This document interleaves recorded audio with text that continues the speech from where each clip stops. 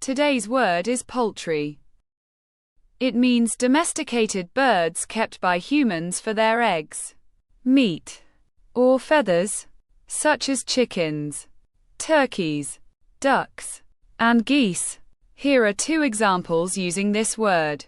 The farm specializes in free-range poultry, ensuring the chickens have plenty of space to roam. We need to buy more poultry, like chicken and turkey, for the barbecue this weekend. Some synonyms and antonyms to help you understand the word better. Synonyms are fowl, domestic birds, barnyard birds. Antonyms are wild game, wildfowl, beef.